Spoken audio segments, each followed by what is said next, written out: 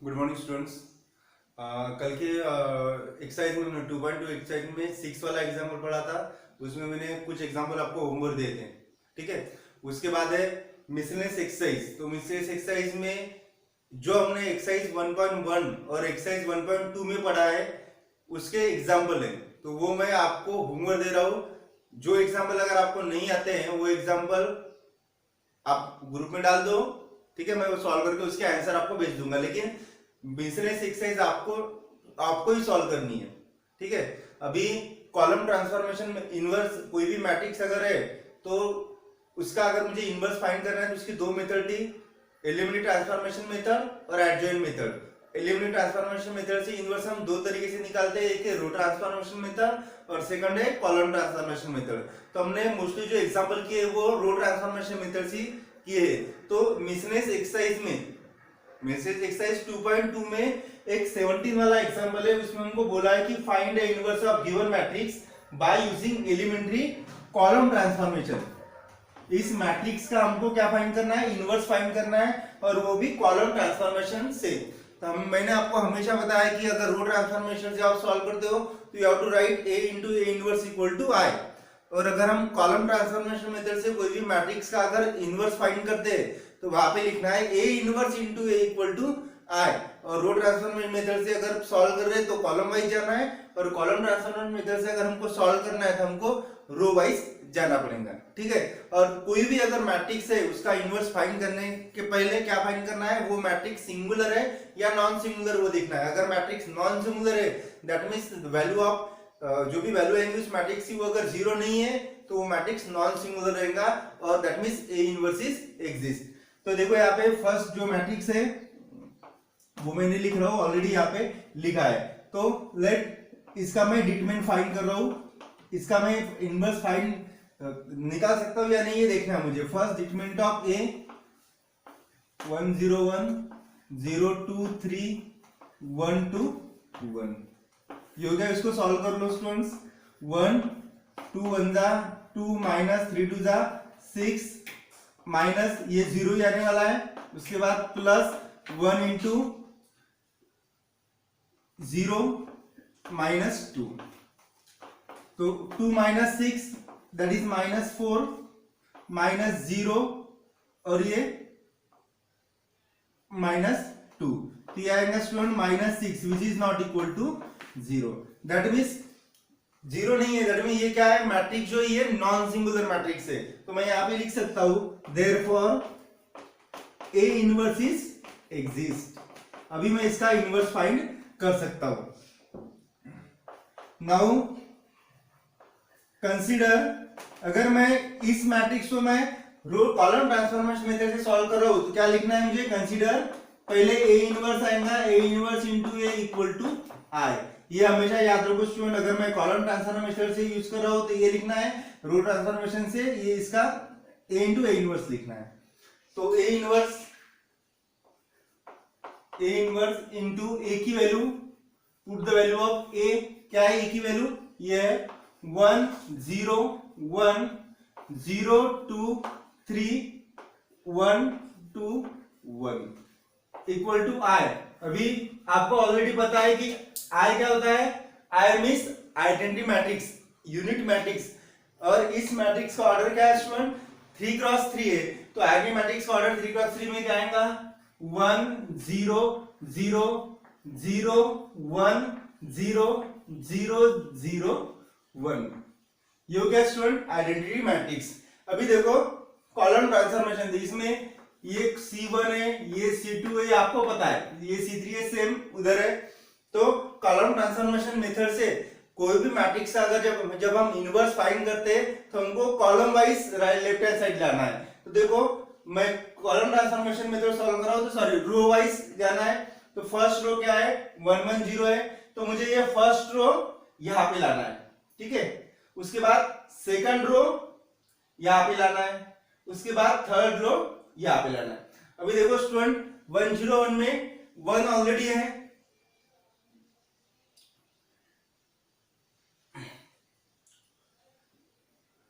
उसके बाद यहाँ पे ऑलरेडी 0 है। अभी यहाँ पे 0 कैसे आएगा स्टूडेंट, यहाँ पे 0 कैसे आएगा, अगर मैं इससे ये सब्ट्रैक्ट करता हूं तो यहाँ पे मुझे 0 मिल जाएगा, बराबर है। यहाँ पे तो यहाँ पे लिखो बाय, क्या इंटरचेंज करना है मुझे, इसके जगह 0 लाना है, ये फर्स्ट रो है ना, तो यहाँ पे मैं लिखूंगा C3 interchange C3 minus C1। मैं इसमें से ये माइनस कर रहा हूं, 1 में से ये माइनस कर रहा हूं, ठीक है। तो इंटरचेंज किस पे हो रहा है स्टूडेंट, मेरा इंटरचेंज किस पे हो रहा है, C3 पे हो रहा है। तो फर्स्ट कॉलम भी as it is, second column भी as it is, C3 minus C1, 1 minus 1 0, उसके बाद 3 माइनस 0 3, 1 माइनस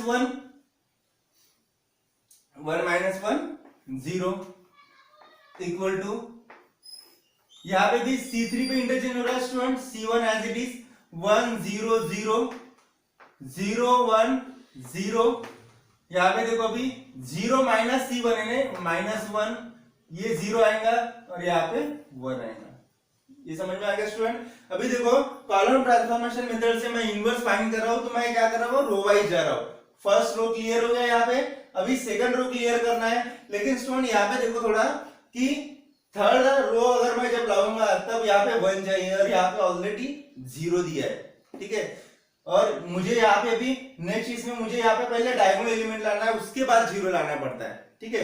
तो यहाँ पे 1 कैसे लाना है, तो इसमें क्या करना है आपको, ये इंटरचेंज कर लो, 3 में से 2 माइनस करते हो तो 1 आ जाएगा, फिर पहले इंटरचेंज कर लो, ये 0 भी यहां से हट जाएगा।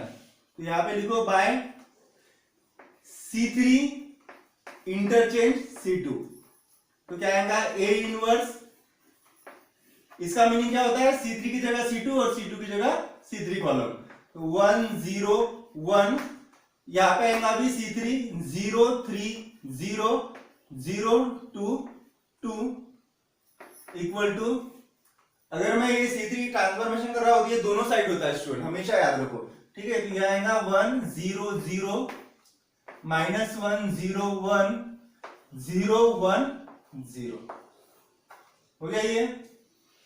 अभी देखो स्टूडेंट्स यहाँ पे मुझे 1 लाना है सबसे पहले, ये बाद में इसमें 0 ला सकता हूं मैं। 1 कैसे लाऊंगा, यहाँ पे लिखो bye C2 interchange C2 minus C3, तो A इनवर्स, अभी इंटरचेंज किस पे हो रहा है, C2 पे हो रहा है, तो ये एज इट इज आएगा 1 0 0, C2 पे इंटरचेंज हो रहा है इसलिए मैंने बीच का कॉलम छोड़ दिया है, 0 1 0। देखो यहाँ पे C2 माइनस C3, 0 माइनस 0 तो 0 ही आने वाला है, C2 माइनस C3 यानी 3 माइनस 2 1 आ गया यहाँ पे 1, यही हमको यहाँ पे चाहिए था। उसके बाद C2 0 माइनस C3 यानी -2, सेम यहाँ पे करना है स्टूडेंट।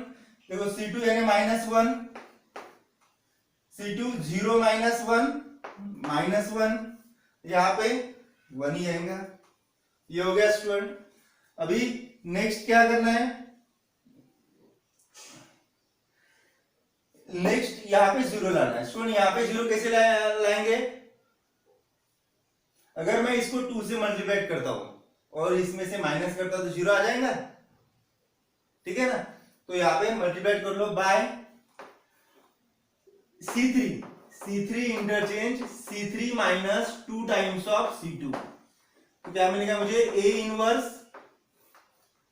इंटरचेंज किस पे हो रहा है स्टूडेंट, अभी C3 पे हो रहा है, तो C1 C2 as it is,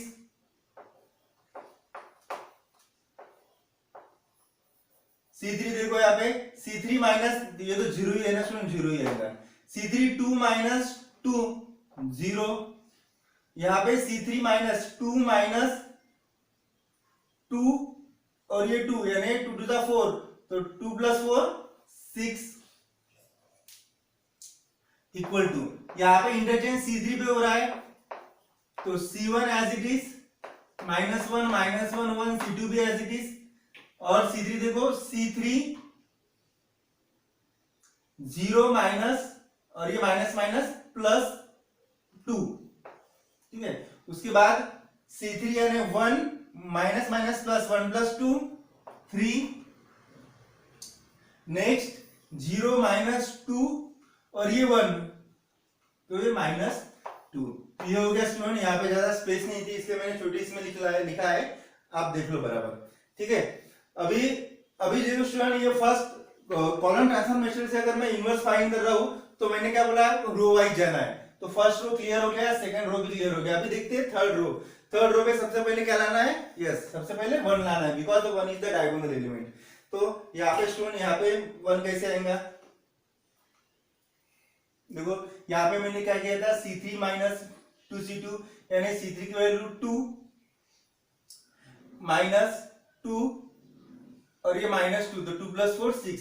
तो इसको अगर मैं 1/6 से अगर मल्टीप्लाई करता हूँ स्टूडेंट तो वो आ जाएगा, ठीक है। तो ये फिलहाल मैं ये इरेज कर रहा हूं।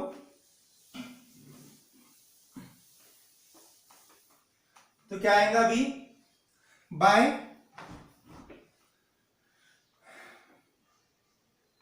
C3 इंटरचेंज, मैं इसको 1/6 से मल्टीप्लाई कर रहा हूं, 1/6 C3।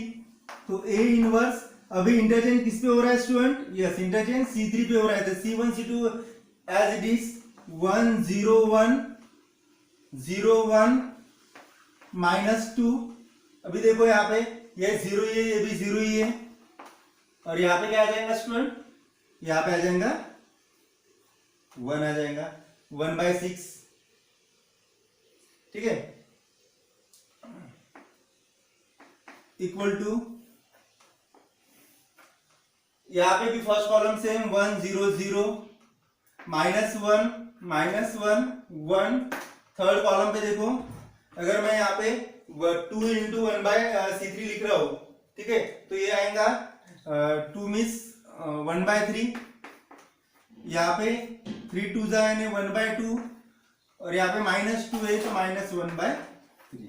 ये हो गया स्टूडेंट, फर्स्ट कॉलम भी क्लियर हो गया, सेकंड कॉलम भी clear, sorry first row clear हो गया, सेकंड रो क्लियर हो गया, यहाँ पे भी 1 आ गया। अभी यहाँ पे क्या चाहिए स्टूडेंट, यहाँ पे 0 चाहिए। बताओ यहाँ पे 0 कैसे आएगा, मैं इसमें से C3 में से C1, अगर C1 में से C3 माइनस करता हूँ तो 1 - 1 0 आ जाएगा, और मुझे यहाँ पे भी 0 चाहिए। तो यहाँ पे 0 कैसे आएगा, अगर मैं इसको 2 से मल्टीप्लाई करता हूँ और इसका एडिशन करता हूँ तो भी मुझे 0 मिल जाएगा, ठीक है। तो यहाँ पे लिखो, मैं दोनों एक साथ लिख रहा हूँ, bye C1 interchange C1 minus C3, और यहां पे लिख रहा हूं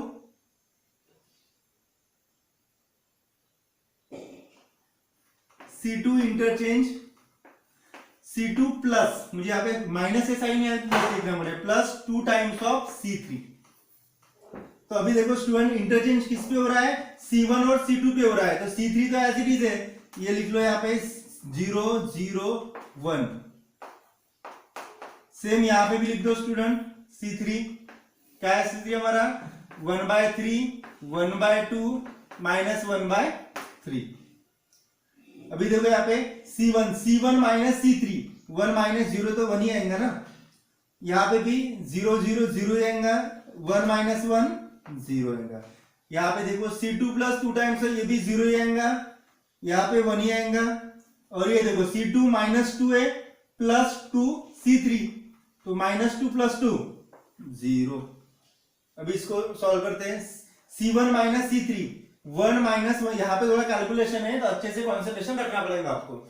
वह C1 माइनस C3 1 - 1/3, 1 - 1/3 कितना आता है, 2/3। यहाँ पे आएगा स्टूडेंट 2/3। उसके बाद C1 माइनस C3 0 -1/2 -1/2। उसके बाद 0 माइनस प्लस, तो ये आएगा 1/3। उसके बाद यहाँ पे देखो student C2 plus 2 times of C3, C2 की वैल्यू क्या है यहाँ पे -1 plus 2 times of C3, C3 की वैल्यू है 1/3। तो ये -1 प्लस 2/3 कितना आता है, -3 प्लस 2 यानी -1/3, तो -1/3 यहाँ पे आएगा। उसके बाद सॉरी यहाँ पे इनवर्स था,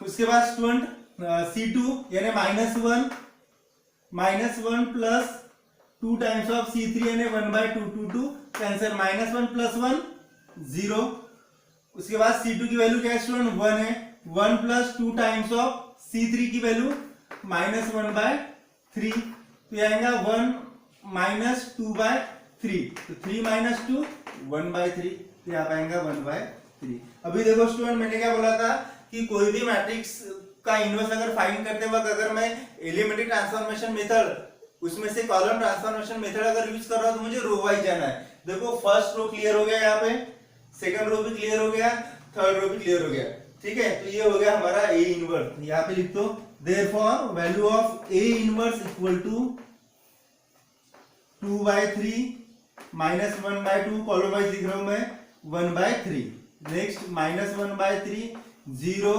1/3 1/3 1/2 एंड -1/3, ठीक है। तो ये हो गया स्टूडेंट इस मैट्रिक्स का इनवर्स, ठीक है। Please note down this example.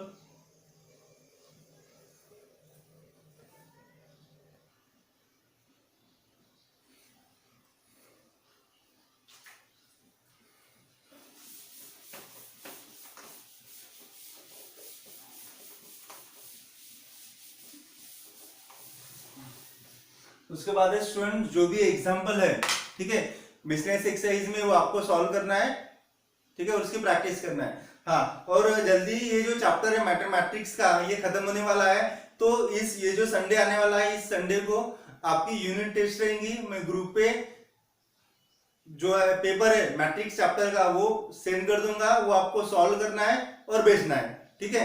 20 mark का फर्स्ट यूनिट टेस्ट का पेपर रहेगा मैट्रिक्स का। अभी स्टूडेंट नेक्स्ट टॉपिक है एप्लीकेशन ऑफ मैट्रिक्स, ठीक है। इसके दो मेथड है। एप्लीकेशन ऑफ मैट्रिक्स हम क्यों पढ़ रहे हैं ये भी मैं पहले बताना चाहूंगा। 11 में आपने अलजेब्रा ऑफ मैट्रिक्स ऑलरेडी पढ़ा है, यहाँ पे इनवर्स ऑफ मैट्रिक्स पढ़ा है। तो यहाँ पे हम जो भी सिस्टम ऑफ लीनियर इक्वेशन है उसका सॉल्यूशन फाइंड करने के लिए एप्लीकेशन ऑफ मैट्रिक्स यूज होता है, ठीक है। और जो भी सिस्टम ऑफ लीनियर इक्वेशन है उसका सॉल्यूशन फाइंड करने की दो मेथड है। एक फर्स्ट है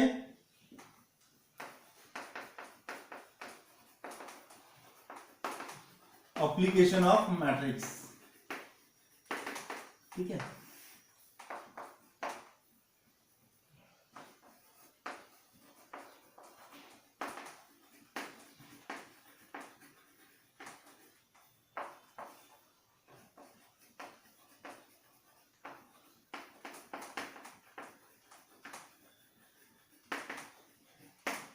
एप्लीकेशन ऑफ मैट्रिक्स यानी to find the system of linear equation, ठीक है। जो लीनियर इक्वेशन है उसका सॉल्यूशन फाइंड करने की दो मेथड है, रिडक्शन मेथड और मेथड ऑफ इन्वर्जन। तो स्टूडेंट जो 25% सिलेबस कम किया है उसमें रिडक्शन मेथड नहीं है, तो फिलहाल तो भी हम रिडक्शन मेथड बाद में पढ़ लेंगे, ठीक है। इसमें भी सिंपल है, अपर ट्रायंगुलर मैट्रिक्स लाना पड़ता है, मैं बाद में बता दूंगा। लेकिन मेथड ऑफ इन्वर्जन ये आपके सिलेबस में है, बोर्ड के एग्जाम में इसके क्वेश्चन आने वाले हैं। तो पहले हम इसमें इसके एग्जांपल देखते हैं, ये मेथड देखते हैं। अभी एप्लीकेशन ऑफ मैट्रिक्स में स्टूडेंट जो मैं साइमल्टेनियस लीनियर इक्वेशन की बात कर रहा हूं, तो आपको ऑलरेडी पता है, आपने 9 में 10 में पढ़ा है कि what is simultaneous linear equation. उसका जनरल फॉर्म क्या आता है, let a1x plus b1y equal to c1 and a2x plus b2y equal to C2। ये है साइमल्टेनियस लीनियर इक्वेशन। अभी ये साइमल्टेनियस क्यों है, क्योंकि दोनों इसमें सेम सेम वेरिएबल है, ये आपको ऑलरेडी पता है, ठीक है। तो एक क्वेश्चन कैसे आएंगे इसमें, solve the following linear equation find the solution of linear equation, ठीक है। इन दोनों में से एक मेथड दी रहेंगी आपको। तो ये इस फॉर्म में स्टूडेंट इक्वेशन दी रहेंगी, उसको पहले मैट्रिक्स फॉर्म में हमको लिखना है। इसकी मैं यहाँ पे आपको सीधा मेथड ही बता रहा हूं कि इसमें सॉल्व कैसे करते हैं। तो इस टाइप में इक्वेशन दिए रहेंगे, we write the equation in matrix form. इसको पहले मुझे मैट्रिक्स फॉर्म में लिखना है, तो मैं पहले ऐसे लिख रहा हूं a1x b1y a2x b2y equal to c1 c2। c1 c2 क्या है स्टूडेंट, कांस्टेंट नंबर है। इसको मैं और ऐसे लिख सकता हूं a1 a2 b1 b2 और ये x y और ये हो गया c1 c2। इसका मीनिंग होता है that is a x equal to B. अभी स्टूडेंट यहाँ पे हमेशा याद रखो कि ए क्या है, ए मैट्रिक्स है, ये है वेयर, यहां पे लिख रहा हूं मैं where A equal to A1 A2 B1 B2, x equal to XY and B equal to C1 C2। अभी स्टूडेंट यहाँ पे हमारा जो x है ये क्या है, कोएफिशिएंट ऑफ मैट्रिक्स। मैं यहाँ पे लिख नहीं रहा हूं पूरा, आप याद रखो a इज द कोएफिशिएंट। ये कोएफिशिएंट किसके है, इस वेरिएबल के। इसे यहाँ पे क्या है, a is the coefficient of matrix of variable x and y having order 2 cross 2। ये क्या है, x and y is the variable of matrix having order 2 cross 1। b is the constant of matrix having order 2 cross 1। तो ये हो गया, ठीक है। फिर इसके बाद सॉल्व कैसे करने की मेथड मैंने बताई है। जो भी लीनियर इक्वेशन देंगे उसको स्टैंडर्ड फॉर्म में लिखना है। We write the above equation in matrix form. तो इस फॉर्म में पहले इक्वेशन लिखना है। उसके बाद ये जो कांस्टेंट ऑफ मैट्रिक्स है, कांस्टेंट ऑफ मैट्रिक्स है वो अगर नॉन सिंगुलर मैट्रिक्स है दैट मींस उसका हम ए इनवर्स अगर फाइंड कर सकते हैं, यानी ये नॉन सिंगुलर कब बनेगा, जब determinant of A is not equal to 0 आएगा। ठीक है, ये लिखने के बाद डिटरमिनेंट ऑफ ए अगर 0 नहीं आता है तो फिर आपको ए इनवर्स फाइंड करना है। क्या करना है, determinant of A equal to 0 अगर नहीं आ रहा है तो फिर ए इनवर्स फाइंड करना है। ए इनवर्स फाइंड करना है और स्टूडेंट ए इनवर्स फाइंड करने के बाद आप A inverse elementary transformation method से भी सॉल्व कर सकते हो या फिर एडजॉइंट मेथड से भी सॉल्व कर सकते हो। उसके बाद प्री मल्टीप्लाई करना है, pre multiply A inverse on A X equal to B. ठीक है, ये जो ए इनवर्स है ना ये इस पे मल्टीप्लाई करना है। तो यहां पे आएगा A into A X equal to A inverse into B. तो ये जो ए है ना स्टूडेंट ये इस ब्रैकेट में लाना है। तो मैं यहाँ पे ऐसे लिख रहा हूं A inverse A into X equal to A inverse B. तो ए इनवर्स इंटू ए क्या होता है स्टूडेंट, यस आई होता है, I means identity matrix A inverse B. तो देयरफॉर एक्स इक्वल टू और ए इनवर्स जो है वो यहाँ पे आप फाइंड कर लोगे, वो लिखना है यहाँ पे। और बी इनवर्स यानी क्या होता है स्टूडेंट, कांस्टेंट ऑफ मैट्रिक्स, वो यहाँ पे लिखना है और इन दोनों का मल्टीप्लिकेशन करना है।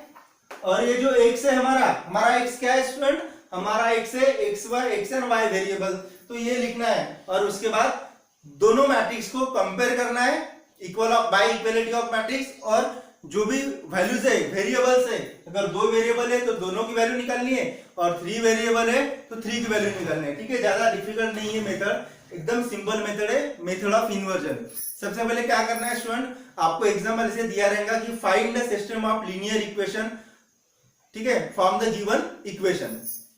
तो जो कोई भी मेथड है तो क्या लिखना है हमको, we write the equation in matrix form. और हमारा मैट्रिक्स फॉर्म क्या है student, ax equal to b। ठीक है, इस फॉर्म में लिखने के बाद देखना है कि जो कोएफिशिएंट ऑफ मैट्रिक्स है वो नॉन सिंगुलर मैट्रिक्स है क्या। नॉन सिंगुलर कब रहेगा, जब उस मैट्रिक्स का अगर मैं डिटरमिनेंट लिखता हूं तो वो 0 नहीं आएगा। अगर 0 नहीं आता है तो ए इनवर्स एग्जिस्ट हो गया, फिर ए इनवर्स की वैल्यू फाइंड करनी है। यहां तक हो गया। फिर ए इनवर्स की वैल्यू फाइंड होने के बाद क्या करना है स्टूडेंट, प्री मल्टीप्लाई, यहाँ पे मैंने शॉर्ट में फॉर्म लिखा है, प्री मल्टीप्लाई करना है A inverse ax equal to B को, इसको मल्टीप्लाई करना है ऑन बोथ साइड। तो यहाँ पे मल्टीप्लाई किया मैंने तो ये आ गया। अभी हमारा आइडेंटिटी मैट्रिक्स है, I means A inverse into A I होता है, तो ये नहीं लिखना है। और ए इनवर्स की वैल्यू यहाँ पे जो फाइंड की है वो लिखना है। और बी की जो वैल्यू है, B means constant of matrix, ये लिखना है। और फिर इन दोनों का यहाँ पे मल्टीप्लिकेशन करना है और बाय इक्वलिटी ऑफ मैट्रिक्स से जो भी वेरिएबल है एक्स वाई उसकी वैल्यू फाइंड करनी है।